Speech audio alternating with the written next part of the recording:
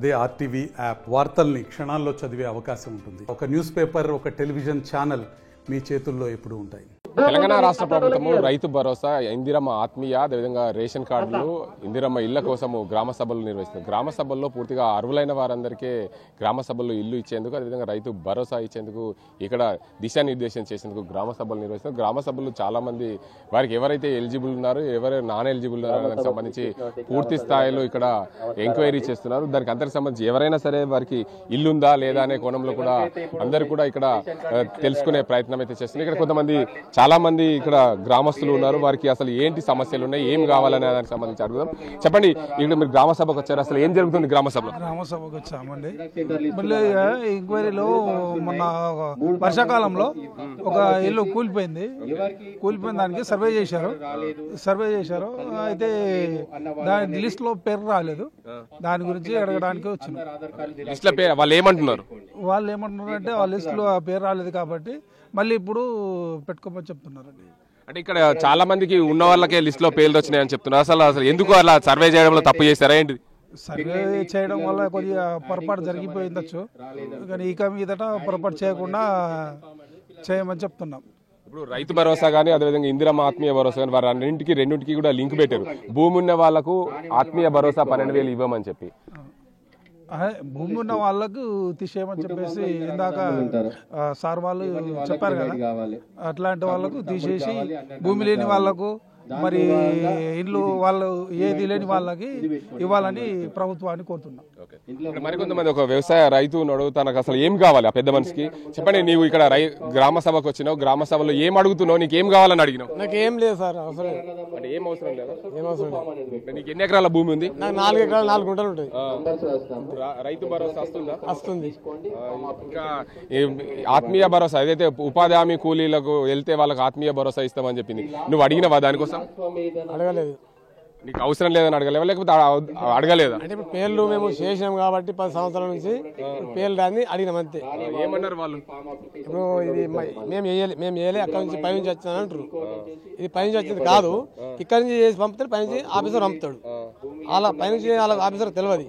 మనం చేస్తేనే ఊళ్ళో పంపిస్తేనే ఎంక్వైరీ మండల స్థాయి కానీ జిల్లా స్థాయిలో కానీ పంపుతారు. అంతేగాని ఇది తప్పుడు సమాచారం, తప్పు లెక్కలతో అంటే రాసిరంట. అవు ఎంక్వైరీ సరే చేయలేదు. పేదవాళ్ళకి అందరికి రావాలంటే ఏం చేయాలి? నాకు ఇల్లు ఉంది, పేదవారికి ఇల్లు కట్టియండి గవర్నమెంట్, దానికి మేము అద్దనలేము. మాకు ఇల్లు ఉంది, భూమి ఉంది, మాకు అవసరం లేదు, భూమి అవసరం లేదు, ఇల్లు అవసరం లేదు, ఒక రేషన్ కార్డు ఉంది. చాలా మంది ఇక్కడ రాని వాళ్ళు వచ్చారు, వాళ్ళకు సరైన ఎంక్వైరీ జరగలేదని చెప్తున్నారు. సరైన ఎంక్వైరీ అంటే గవర్నమెంట్ ఎంక్వైరీ చేస్తే భూములు ఓళ్ళకుండా వాళ్ళే తీసేస్తారు, మేమే తీసేస్తాం. చాలా మంది గ్రామస్తులు అయితే ఇక్కడ గ్రామ సభలు నిర్వహించారు. చెప్పండి, ఇక్కడ గ్రామ సభ అయితే జరుగుతుంది. చాలా మంది పేదవాళ్ళు ఉన్నారు, చాలా మందికి రేషన్ కార్డులు రావాలి, అదేవిధంగా కొంతమందికి ఆత్మీయ భరోసా లేదు. ప్లస్ ఏడాదికి 5,000 6,000 వేసేది అది కూడా చూడలేదు. ఒక్కొక్కళ్ళకు 2 లక్షల లోపల ఉన్న వాళ్ళకి కావాలన్న 2,25,000 ఉంటే 25,000 కూడా కట్టేసిన కూడా అది కూడా మాపి లేదు, దేనికి మాపి లేదు. గ్రామ సభలు నిర్వహిస్తున్నారు. గ్రామ సభలో మనకు ఎలాంటి సంబంధం లేదు. అది నాకేం లేదు, నాకు ఇల్లు పాతది ఉన్నది, నాకు ఇంత భూమి ఉన్నది 1 ఎకరం అంతే. ఇక్కడ గ్రామ సభలు అయితే నిర్వహణ జరుగుతుంది. దీనికి అందరికి సంబంధించి పూర్తి స్థాయిలో ఇక్కడ మొత్తానికి రైతులు ఏమనుకున్నారు, గ్రామస్తులు ఏమనుకున్న పరిస్థితి ఉంది. దీనికి అందరికి సంబంధించి పూర్తి స్థాయిలో వీరందరినీ అడిగి తెలుసుకునే ప్రయత్నం అయితే చేద్దాం. ముఖ్యంగా దీనికి అందరికి సంబంధించి ఏదైతే నిజామాబాద్ జిల్లా డిచ్పల్లి మండలకు ఏదైతే ఉందో ఇక్కడ సంబంధించి గ్రామ సభలో నిర్వహణ జరుగుతుంది. గ్రామ సభల్లో వీరికి అందరికీ అసలు చెప్పండి, మీ ఊర్లో గ్రామ సభ జరుగుతుంది, ఇక్కడ ఏం సమస్యలు ఉన్నాయి, మీరు ఏం అడుగుతున్నారు? ఇన్ని సంవత్సరాల నుంచి కమలాపూర్లో పెన్షన్లు చాలా మందికి లేవు. ముఖ్యంగా ఈ రేషన్ కార్డు కూడా చాలా మందికి లేవు. ఇప్పుడు ఇక్కడ రూల్స్ ఏం పెట్టారు, భూమి లేని వాళ్ళకు ఇండ్లు అనబడుతుంది, భూమి లేని ఇల్లు లేదు, కొందరు మిస్సింగ్. కొన్ని వాళ్ళకన్నా ఇల్లు ఇస్తారా అంటే మళ్ళీ వాళ్ళకు ఏది ఇల్లు ఉండొద్దు అంటారు, మళ్ళీ గవర్నమెంట్ ఇచ్చింది ఏది ఉండొద్దు అని అంటారు. ఈ రూల్స్లన్నీ పెడితే ఇల్లు ఎక్కడ వస్తుంది? మరి ఏమన్నా అంటే నిరంతర ప్రక్రియ, ఎప్పుడు నిరంతర ప్రక్రియ? ఇప్పుడు ఎన్నికలు ఉన్నాయి కాబట్టి ఇది ఒక మాట. సరే ఓకే, భూమి లేని వాళ్ళకు ఇప్పుడు కట్టపనికి కనీసం ఉపాధి హామీ పనికి కమలాపూర్లో 90% మంది పోతారు, 95% పోతారు. వాళ్ళు రెగ్యులర్ ఇప్పుడు కాదు గత 10 ఏళ్ల నుంచి పోతున్నారు దాని మీద బతుకుతున్నారు ఆ ఉపాధి హామీని. ఇప్పుడు ఈరోజు వాళ్ళ లిస్టులో ఖాళీ ఒక 20-30 మంది పేర్లు ఉంటే అది ఎంతవరకు కరెక్టు? సరే పోను, మేము ఈ రేవంత్ రెడ్డి ఇచ్చిన స్కీమ్లో ఒప్పుకుంటున్నాం, స్వాగతిస్తున్నాం. మేము అనేది ఏంటంటే అందరికీ ఇప్పుడు ఇల్లు కట్టుకుంటున్నారా, అందరికీ కట్టుకున్న వాళ్ళకి 1 లక్ష 2 లక్షల గతంలో ఇచ్చినట్టు అందరికి ఇచ్చాను. ఇప్పుడు ఇల్లు కట్టుకోవాలనుకుంటే భూమి ఉండద్దు అంటారు. కనీసం అరెకరం అన్నా ఉన్నోళ్ళు ఉన్నారు. ఏ 2-3 మరి అంటే 10-20 మందికి లేదు భూమి. ఆ 10-20 మందికి కూడా ఇల్లు పెట్టిన రూసుల మీదకి చాలా కూడా రావు. అలా చెప్పలేక గొడవలైతే అని ఇది ఒకటి స్కీమ్.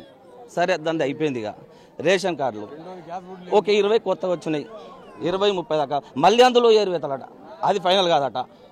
మళ్ళీ అందులో ఏమవుతుంది చివరికి మాకు ఓటేస్తేనే కనుక ఒప్పుకుంటేనే ఆ లిస్టులకి మళ్ళీ ఏరువేతలు పోతాయి. ఇంకో 20-30 మంది దాకా రాసి ఇంకో లిస్టు పెట్టారు. ఆ లిస్టులో ఏమున్నది, అది యాడింగ్ చేసుకున్న వాళ్ళు సభ్యులను యాడింగ్ చేయడానికి మీరెందుకు కొత్తగా ఇచ్చేది? ఆన్లైన్ ఆటోమేటిక్ యాడింగ్ అయితే అది కొత్త ఇచ్చినట్టు ఏం కాదు. గతం నుంచే ఎన్టీ రామారావు జమానా నుంచే రేషన్ కార్డు అది ఉంది. కొత్త పిల్లలు పుట్టిన వాళ్ళు యాడ్ చేసుకుంటారు, పిల్లల మధ్యన యాడ్ చేసుకుంటాడు. అది పెద్ద కొత్త స్కీమ్ ఏం కాదు. కొత్తగా ఒక 30 వచ్చినాయి కదా పిల్లలు, ఆ 30లో ఏరువేతలు లేకుండా కనీసం వాళ్ళకన్నా ఇవ్వండి, సంతోషపడతాం.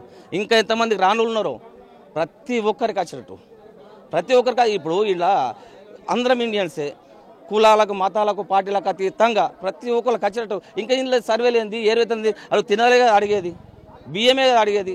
ఆ బియ్యం కార్డు ఎవరు ఇప్పుడు ఇక్కడ ఉన్న వాళ్ళే చాలా మంది చెప్తారు, ఏ ఇంట్లో అన్నదమ్ములు ఏరబడ్డారు ఇచ్చేసే డైరెక్ట్. ఇంకా దానికి ఏరువేతలేంది, ఇంకా దానికి సర్వేలేంది అంటే ఈ ఎన్నికలు అయిపోయి ఒక్క పథకం కూడా రాదు. సర్పంచ్ ఎన్నికలు అయిపోయిన తర్వాత ఈ ఏరువేతలని కండ ఒప్పుకుంటావా ఇస్తా, ఓటేస్తావా ఇస్తా, లేకుంటే ఇక్కలాస్. మీరు చెప్పండి ముఖ్యంగా ఏంది అసలు ఈ గ్రామ సభ నడుస్తుంది, ఎందుకు సార్? ఇది టైం పాస్ సార్. ఇన్నొద్దులు లేని ఇవన్నీ శాంక్షన్ కానీ ఇప్పుడు ఎట్లా శాంక్షన్ అవుతున్నాయి సార్? ఇవి మళ్ళీ ఇప్పుడు హామీలు ఇస్తున్నారు కదా, అవి నిరూపించుకోవాలా, నిరూపించుకునే మళ్ళీ విలేజ్లలో తిరగాల. గత 10 ఏళ్ళుగా రేషన్ కార్డు రాలేదు, ఇప్పుడు ఇస్తామని ఈ ప్రభుత్వం అంటుంది. దానికి మీరు ఏమంటున్నారు? ఎప్పటి నుంచి వస్తున్నాయి సార్ అవి రేషన్ కార్డులు? ఎప్పటి నుంచి వస్తున్నాయి మాకు రేషన్ కార్డు బియ్యం? మొత్తానికి చూసుకోవచ్చు గ్రామ సభల్లో పూర్తిగా దీనికి అంతటికి సంబంధించి పూర్తి స్థాయిలో ఒక గ్రామస్తులు చెప్పండి ఏమైంది? రేషన్ కార్డు లేని నెలకు 50 సంవత్సరాలు బియ్యం ఎట్లా తగ్గుతున్నాయి? ఇప్పుడు 50 కాదు 100 సంవత్సరాలు. ఇప్పుడు వీళ్ళందరూ రేషన్ కార్డు లేవా? ఇప్పుడు 100 మందికి లేవా? ఇప్పుడు 15 సంవత్సరాలు ఉన్నాయి కదా ఉన్న వాళ్ళకి. ఇప్పుడు ఉన్న ఇద్దరు మనదమ్ములు అలాగే చేయరు కానీ వీళ్ళకి అన్ని దొంగలు తీసుకుపోవడం ఎందుకు? ఇప్పుడు రౌతు బంద్ ఇప్పుడు ఏడాది రౌతు బంధు లేదేం లేదు మాకు. ఇప్పుడు ఆ 15,000 ఉన్నారు, ఇప్పుడు 12,000 అంటే 12,000 వస్తుందా రాదు, నమ్మకం ఉంటుంది. ఇప్పుడు నాకు ఇల్లు ఉన్నది, 2,000 భూమి ఉన్నది, ఇల్లు కట్టినా నెలకు 15,000 రూపాయలు లోన్ కడుతున్నాం మేము. మాకు లేనుడికి ఇస్తాము, లేనుడికి అన్ని ఇచ్చినాక మేము కడతాం, టెక్స్ కడతలేమా? 1 లీటర్ పెట్రోల్ వస్తే 60 రూపాయలు టెక్స్ కడుతున్నాం. ఒక సీసా కళ్ళు అవుతే 50 రూపాయలు కడుతున్నాం. అంటే లేనుడు కడుతుండే మేము ఉన్న కడతలేమా? ఇప్పుడు నెలకు 15,000 రూపాయల లోన్ కడుతున్నాం. మాకు మీకు ఉన్నది భూమి ఉన్నది, ఇల్లు సలా బిల్లు ఉన్నది, అది ఏం కారణాలు చెప్పండి. ఇంకేంది? ముఖ్యంగా గతంలో రైతు బంధు ప్రతి ఒక్కరికి వచ్చింది. సరే భూములు ఎక్కువ ఉన్న వాళ్ళకు కూడా వచ్చింది కదా, సరే కట్టేయండి. కానీ ప్రతి ఒక్కరికి ఉండాలా, వీడికి ఇల్లు ఉన్నది, కొత్త ఇల్లు ఉన్నది కట్టేస్తాం, వీడికి భూమి ఇంత ఉన్నది కట్టేస్తాం. ఇది కాకుండా ప్రతి ఒక్కరికి రావాలా. ఎందుకు కట్టేస్తారు? ఆ విధంగా కట్టేస్తే మొత్తం ఊరంతా లేకపోతే 50 మందికి రావు రైతు బంధు. ఇదేం పథకం? సరే ఇంతకుముందు కేసీఆర్ ఇచ్చిండు, అందరికి ఇచ్చిండు, ఉన్నోడికి లేనోడికి ప్రతి ఒక్కరికి ఇచ్చిండు. సరే 100 ఎకరాలు ఉన్న వాళ్ళకి కట్టేస్తాడు, మంచి పని, అది కట్ చేయి. కానీ ఊళ్ళో మా ఊరంతా దాతే ఒక్కోళ్ళకి 2 ఎకరాలు 3 ఎకరాలు ఎకరం నాకు అంతే. నువ్వు ఇంకా అందులో ఏరువేతలేంది? ఊరందరికి రావాలా? ఏరువేతలేంది? ఏ ఒక్కరికి కట్టైనా రేషన్ కార్డులు కనుక రాకపోయినా మళ్ళీ ఈ సర్వేలు చేసి వీడు మావడం ఏమైనా కట్టింగ్లు అయినా రాసి పెట్టుకోరి. ఎంఆర్ఓ ఆఫీస్ ముంగట ఆమరణ దీక్ష ఇదే కమలాపురం పట్టకపోయి ఆమరణ దీక్ష వేయకపోతే నా పేరు రత్నం కాకపోవాలా. ఈ పేదవారి కోసం ముఖ్యంగా మరి నాయకపోళ్ళు, మాదిగోళ్ళు, మాలోళ్ళు చాలా పేదోళ్ళు ఉన్నారు. ప్రతి ఒక్కరికి ఇల్లు రావాలా, ప్రతి ఒక్కరికి రైతు బంధాలకు ఉన్న తోడెం భూమికైనా సరే రావాల్సిందే. ఎవరు ఏది వేరువేతలు ఉండదు. ఏం రాకపోయినా నిరాదీక్ష. గ్రామ సభల్లో అయితే ఆందోళన జరుగుతుంది, దీనికి అందరికి సంబంధించి చూసుకోవచ్చు. ఇక వేరైతే రైతులు పూర్తి స్థాయిలో గ్రామంలో ఉన్న వారందరూ కూడా ఇక్కడ అధికారులను నిలదీస్తున్న పరిస్థితి అయితే నెలకొంది. ఇక్కడ అధికారుల ముందు అందరూ కూడా గ్రామస్తులు వారు మాట్లాడుతున్న పరిస్థితి కొందరికి వచ్చింది, కొందరికి రాలేదనే కోణంలో కూడా దీనికి అందరికి సంబంధించి పూర్తి స్థాయిలో ఇక్కడ అందరూ గుమిగూడిన పరిస్థితి అయితే నెలకొంది. ఏదేమైనప్పటికీ ప్రభుత్వము పూర్తి స్థాయిలో ప్రతి ఒక్కరి పేదవానికి అందే దిశగా ప్రయత్నాలు చేస్తున్నాయి. దీనికి అందరికి సంబంధించి ఈ గ్రామ సభల్లో అసలు ఏం నిర్ణయించారు, గ్రామానికి సంబంధించిన వారందరినీ కూడా ఇలా అంటే కొంతమందికి వచ్చాయి, కొంతమందికి రాలేదని చెప్పి ఆందోళన చేస్తున్న పరిస్థితి.